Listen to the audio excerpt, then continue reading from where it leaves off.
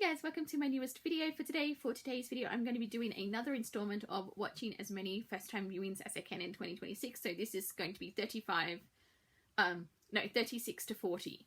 So I ended up having a bit of a varied result with this next batch of movies. Because a lot of them are 2026 catch-up movies that I didn't get a chance to see in the cinema.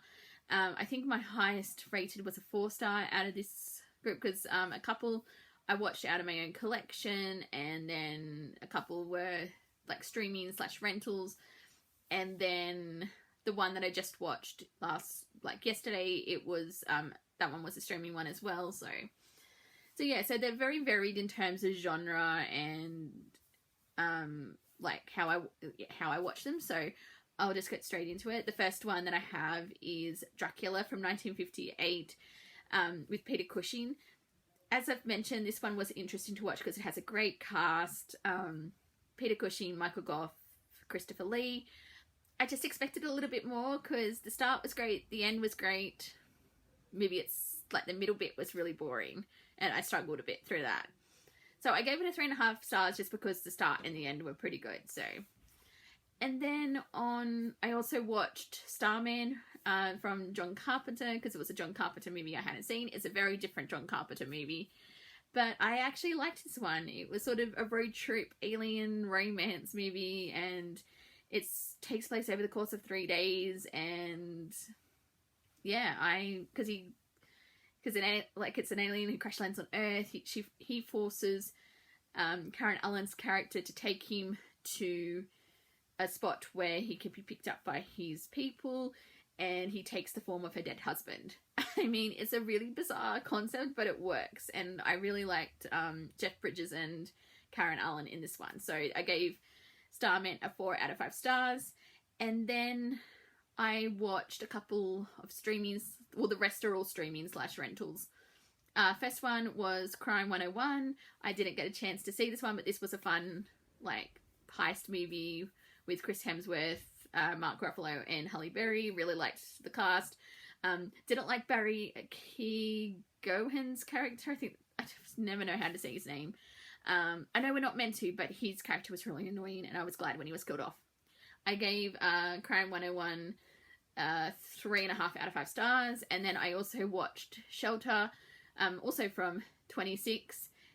This is Jason Statham's newest movie, and it's a pretty standard Jason Statham movie. There's a bit of a twist with AI elements involved, but it was a fun time. Again, 3.5 out of 5 stars. And then the most recent one that I've watched, that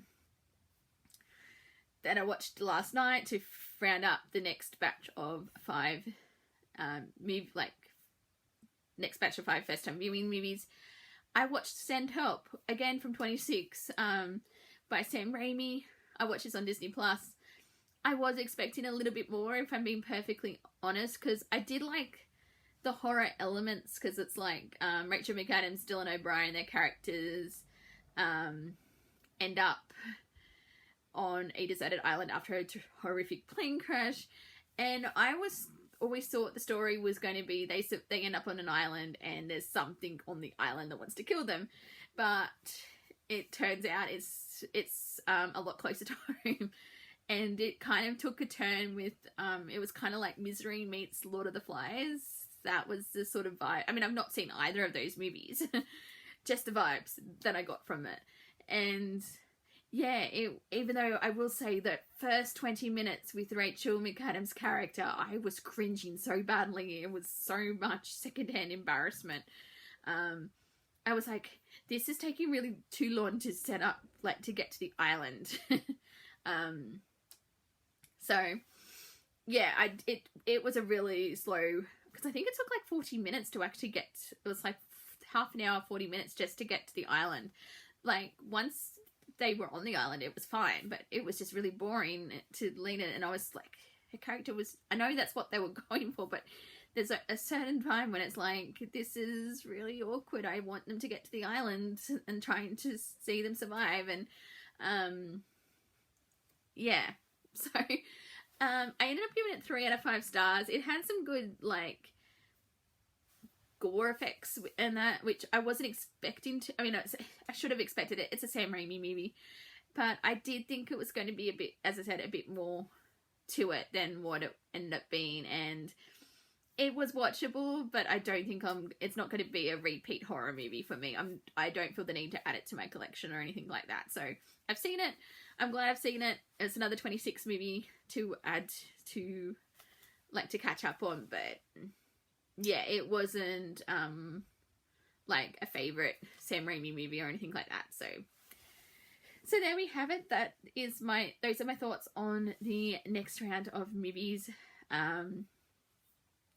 that I've been watching.